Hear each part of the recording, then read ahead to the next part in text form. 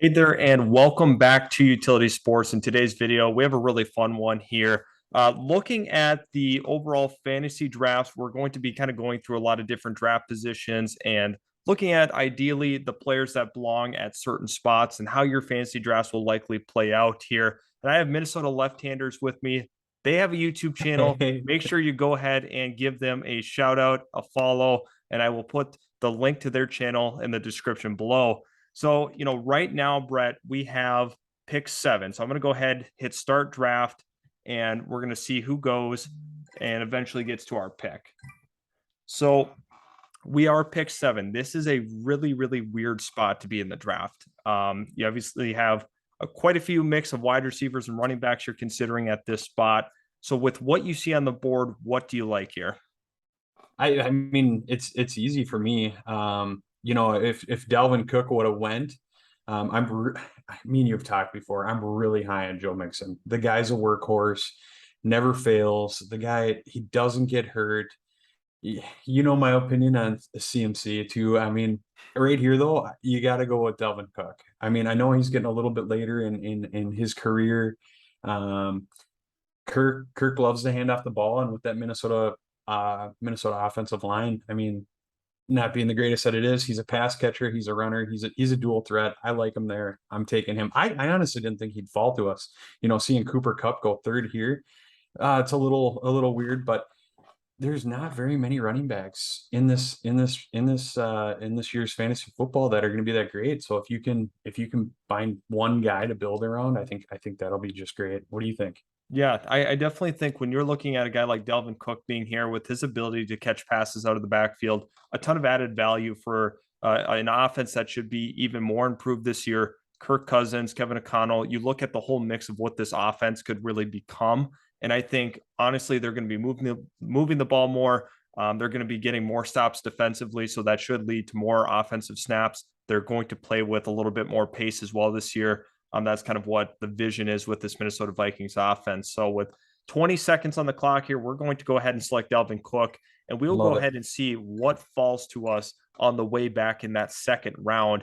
A lot of running backs here, wide receivers go right before us, and now we're left with a very, very interesting player on the board. I think we all know who we're kind of going to highlight here in Davante Adams. Now, Brett, once again, do we want to go ahead and double down on a running back, or do we think, getting a guy like Davante Adams with this second pick, in this round, I think this makes a lot of sense here. It does, but here's the big thing with me. Okay, when I'm drafting, I'm not big on guys first year on a new team. The Tyreek Hill, the Russell Wilson, the Devonte Adams. A lot of these guys that have.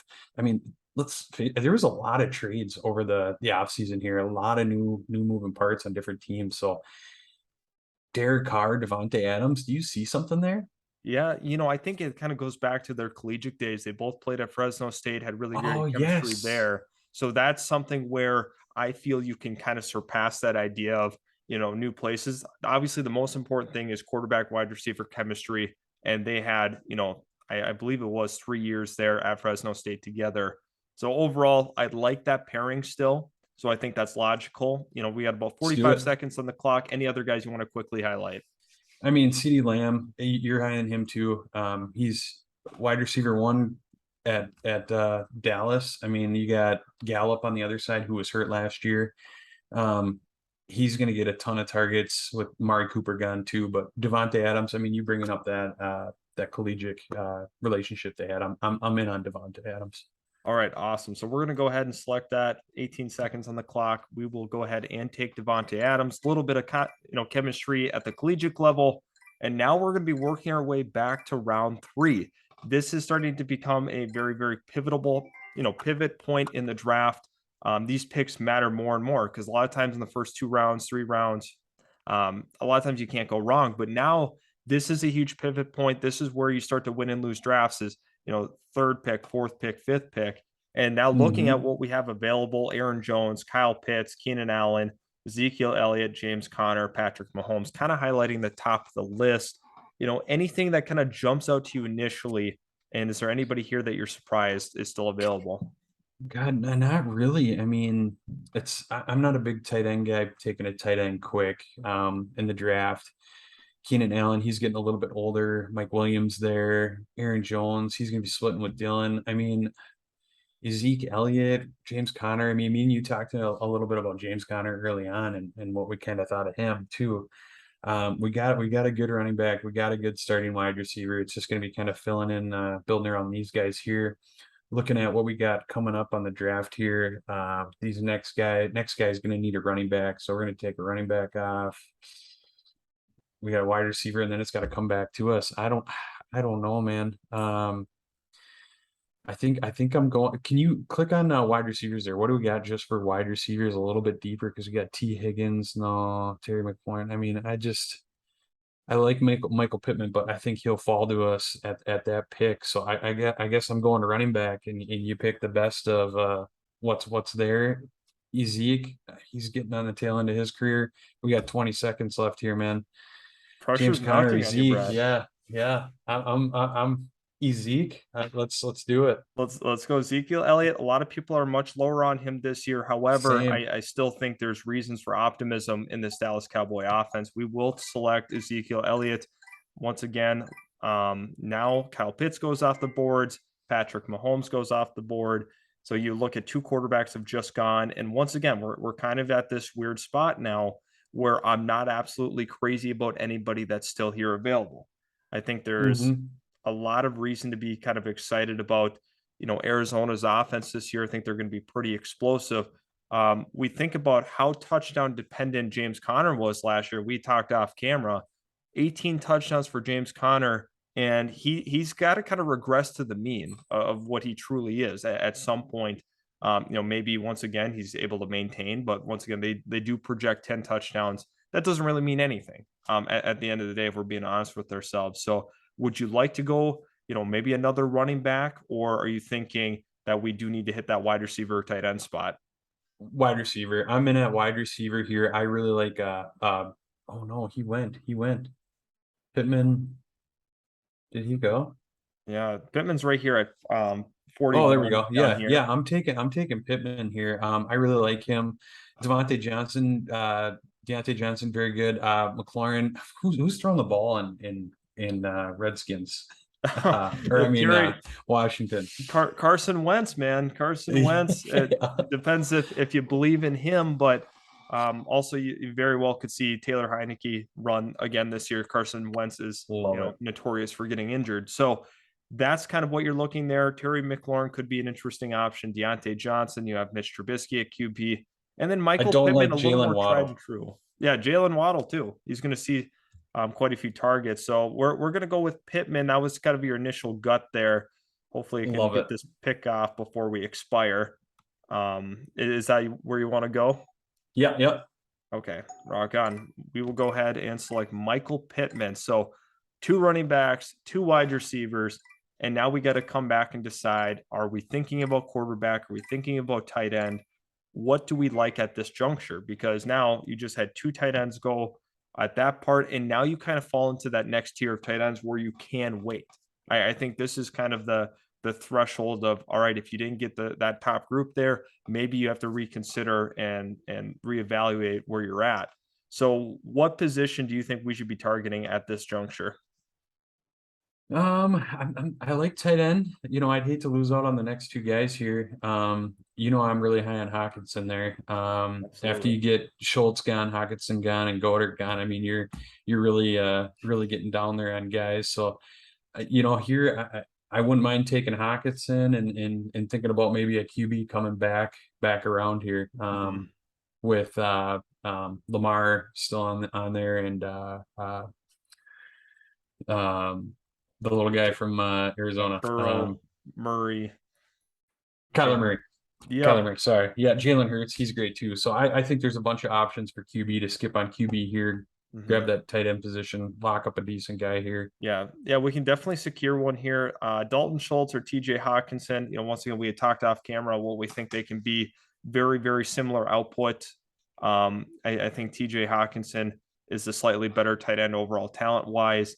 But Dalton Schultz, once again, we'd be drafting another Dallas player, which that's not that's not the worst thing, but also during those times where if they do have an off game, those two will likely, see not as good production together. So I think under that notion, we go ahead and take TJ Hawkinson. Love it. All right. So we will go ahead and take him there in the 5th round. Now we'll swing back and see what is available. And looks like we still have our choice of quarterbacks. Schultz ended up staying on the board. Once again, we could consider wide receiver if we wanted to grab a little bit more flex options here. Also running back spot. I don't absolutely love what's there. Right. I think it's kind of interesting at the wide receiver spot what we're looking at. Amari Cooper is going to have Brissett throwing him the ball. Mike Williams obviously should see a ton of production once again this year with Justin Herbert and DJ Moore.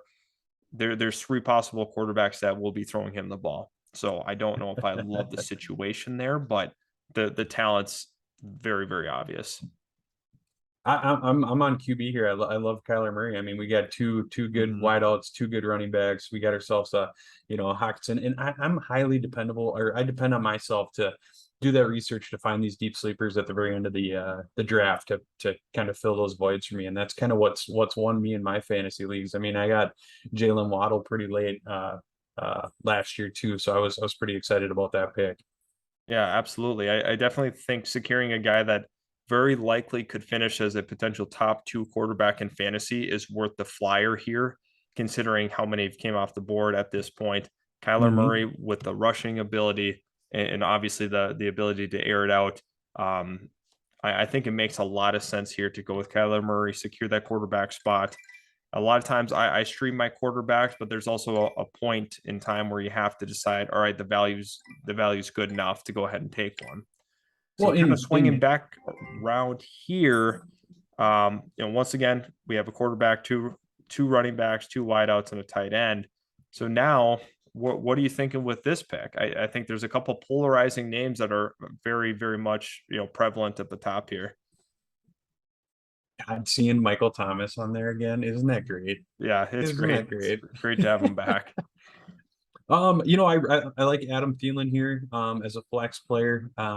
He's got some really good chemistry with Kirk Cousins. Justin Jefferson. You're going to be splitting the ball a little bit there with Dalvin Cook. I mean, there's not a ton of that stands out here at this pick here. Godwin, but I mean, he's coming off a hurt year, right? Yeah. Juju, that would be a fun pick, having Juju, with Patrick Mahomes. I don't mind taking that pick too, because with Ben Roethlisberger and his arm getting old, Juju never really got those deep threats. He was more of that goal line 5-yard guy that really made him someone that was worth having on your roster. So having him under Patrick Mahomes and kind of maybe filling that Tyreek Hill. God, there was 200 and plus, or no, was it 275 receptions Tyreek had last year that are now up for grabs, or was it like 400? I forget the stat. It was some huge number. So, I mean, I think I'm just kind of talking myself into Juju here. I think I'm taking Juju. Yeah, definitely. I think when you look at the overall upside of all these receivers, Juju has potentially the highest. Playing with Patrick Mahomes, all of those targets from Tyreek Hill have to go somewhere, and Juju's a great candidate. So we will go ahead and select Juju with that pick in the 7th round. Now we're getting to the midway point of this draft, and I like what we have so far, but there's plenty of work to be done. Adam Thielen is still here, which I was surprised he lasted coming back to us. This is where I see taking a flyer on him makes sense, but I'll let you go ahead and decide for yourself what you want to do. Call me the homer. You already know who I'm picking. Clear and obvious Adam Thielen guy here. Yeah, he if you could tell, Brett does not like the Vikings at all. So go ahead and select him there in the 8th round. I think that's tremendous value with the guy that's got double-digit, touchdown potential. I think that makes a lot of sense. Now we rework ourselves back here, and we're in that 9th round. We have a very, very good amount of, balance in what we've picked. My question is, are we deep enough at running back? I think this is where we got to start looking and considering. I like a little bit of what is still available. Which of these guys do you have a preference on? Cordero, I just don't know how much he's gonna get, and it's just so many question marks with that guy. I don't know if I can trust that guy even being on my bench. He was great when he was good, but it was such an unknown week in and week out. So it was, I don't know, Devin Singletary, that me and you talked, that Buffalo backfield. Who knows what's going on there? Tony Pollard. I mean, he's going to be splitting a lot of carries with Ezek, but he might come out ahead as the top back there. Rashad Penny, same thing with that backfield. We just don't know what's going on here. Chase Edmonds, Chase Edmonds in Miami. I mean, he could be the workhorse he there. Not a he ton of could break competition in out. that backfield. Because who else they got? They got Gisick. Yeah, Um, their backfield's pretty thin. I'm drawing a blank on who else is in that backfield right now. Another Um, guy, but Miles Gaskin, I think, is still there. Gaskin, that's who I'm thinking of. Yep, Yep. yep. So, I mean, I would be okay with taking a guy like Chase Edmonds here or even Tony Pollard. I think he's going to have enough value overall to be worth still selecting. Yep. I'm in on Pollard. Okay, we'll go ahead and take Pollard. Tony Pollard here in that 9th round. Then we see the running back run there a little bit. And now we're back here. There goes Edmonds right off the board, unfortunately, before us. And now we kind of get to an interesting juncture here. Do we think about taking another running back at this spot? We'll look at receiver. Tyler Lockett's still here. That's going to be a disaster in Seattle, though, with who's going to be throwing him the ball. Alan Lazard's another guy that we need to be watching as well in Green Bay. Tight end position, if we want to get a backup, could be looking there. What direction you want to go here? Well, what stands out to me here is on the wide receivers, you got Lazard. I really think there's going to be something there. With the running backs, I mean, if you want to go another running back in such a thin league, it's you got one guy that really stands out to me, and that's Stevenson. But we all know Patriots backfield, how frustrating they can be throughout the year. So I mean, it's all you, Stevenson, or that's I'm on Stevenson, or flipping over to the wide receiver on Lazard. So Yeah, one yeah. of I the think two. I think either way, we're just going to go ahead and draft the guy with the higher projected rank, so 110 or 103. So what we're going to do, we'll take Lazard and just hope that we can get Stevenson on the way back, just based off of that idea. So we will take Lazard here, and then we'll take our chances at that RB spot. Good thing we did, because all of a sudden some wideouts go consecutively there. Yeah, really, really good move taking the wideouts. They end up going. So There we go. that played right into our hand, because now we can go Absolutely. ahead and take Stevenson as well. I like that. Once again, that New England backfield can be really, really, really maddening, but at the end of the day, Stevenson's a talented back in his own right. So now we have a couple picks left. No kicker, no defense at this point. We can still consider another wide receiver, another tight end. I'll let you steer the ship on this one. Yeah, I think you start filling that tight end spot there. He, here, big, call me a homer. Irv Smith, he got hurt last year. I think he's going to come out with some. I mean, look at all the targets that Conklin was getting last year. I mean, this guy was getting a ton of play, especially in the red zone. Kirk loves his tight end in the red zone there. So Irv Smith, super athletic, great guy, big. He's going to have something to say this year, coming off an injury. So I'm right there with Irv Smith. Yeah, I'm very high on Irv Smith heading into this year as well. The athleticism, his ability to stretch the field a little bit up the seams, provides a lot of value. Kirk Cousins is not afraid to go to his tight end. Like you had mentioned, and to your point, Tyler Conklin played a huge role in this offense. And I don't think necessarily he was that talented of a player, rather than there just being a lot of opportunity for him. And he maximized the opportunity for sure. But Irv Smith, I think, could even take it to a higher level. So even with the Absolutely. injury concern, Irv Smith's our pick here. I absolutely love that. I would have considered him or even Cole Kmet. I think Cole Kmet's a guy that definitely could see a ton of targets in Chicago, where their guys out wide are brutal. You have guys like Byron Pringle as the number 2 wide receiver. Don't love that for Chicago. It's going to be a disaster with Justin Fields again. Now, once again, we're at pick 13 and we have 3 rounds to go. We got to fill out the kicker and defense. Are we going to play with that in the last round? Take another wide out or running back here? Um, I'm probably the same strategy as you. I stream defenses. I'm always constantly looking for the matchup. That's gonna be my last pick in a draft, day in day out. I don't even care if I can get the number one defense because it's a position you got to stream here. Um, Kicker, same thing. I mean, you're gonna be able to find that new guy that's gonna be able to kick some field goals, get you. I mean, your wins are gonna be these sleeper picks, the guys that are at the end of the draft, the guys not going with the Jarvis Landrys, the Michael Gallups, but trying to find those rookies that people are going to be picking up after the first week. So what kind of sleeper pick are you thinking here? You know, I kind of like this idea of doubling down on Green Bay receivers, but I'm thinking Christian Watson is a rookie wide receiver out of North Dakota State. Phenomenal athlete, a little raw in terms of technicality and stuff after watching his film from there. But we double down. Somebody's going to get Devontae's targets, and we will find out very, very quickly who that is.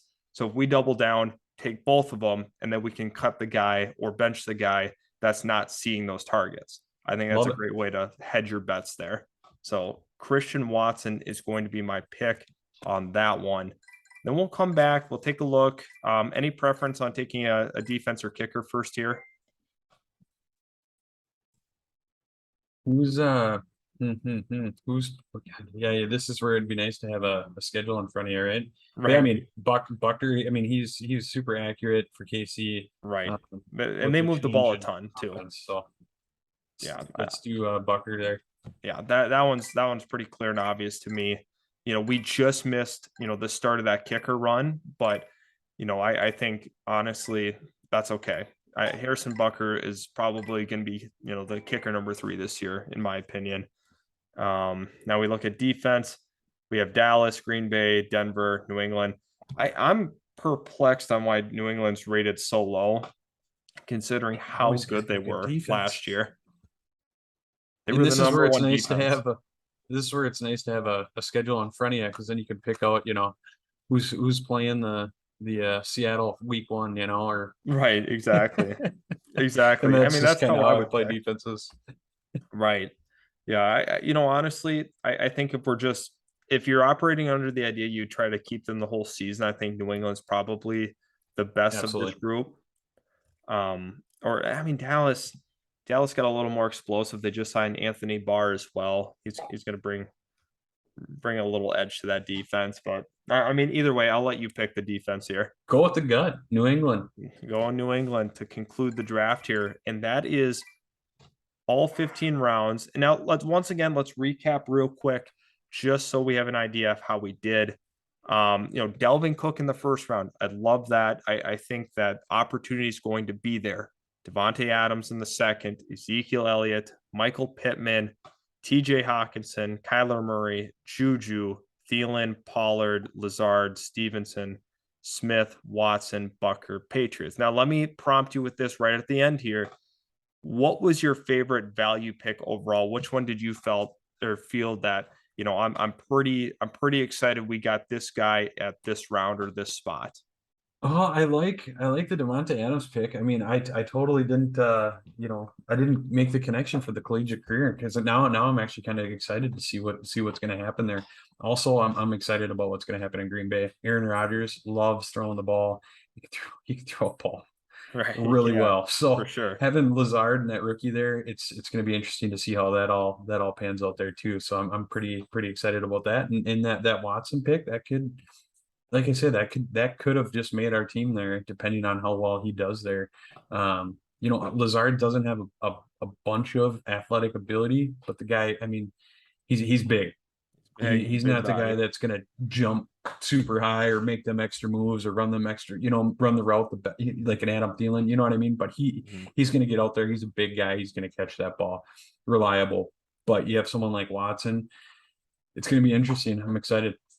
Yeah, definitely, definitely. Once again, everybody, thank you for tuning in to the channel. We're going to continue this series. We'll try to pick from every spot before the actual season starts, just so you kind of have an idea of where it's going to potentially fall. Once again, I want to thank Brett for joining us. I appreciate you, spending the time. Once again, Hit that subscribe button if you are new to the channel. Also leave a like on today's video if you do enjoy the content. We will be producing more of these, so make sure you stick around, and we will catch you in the very next utility sports video.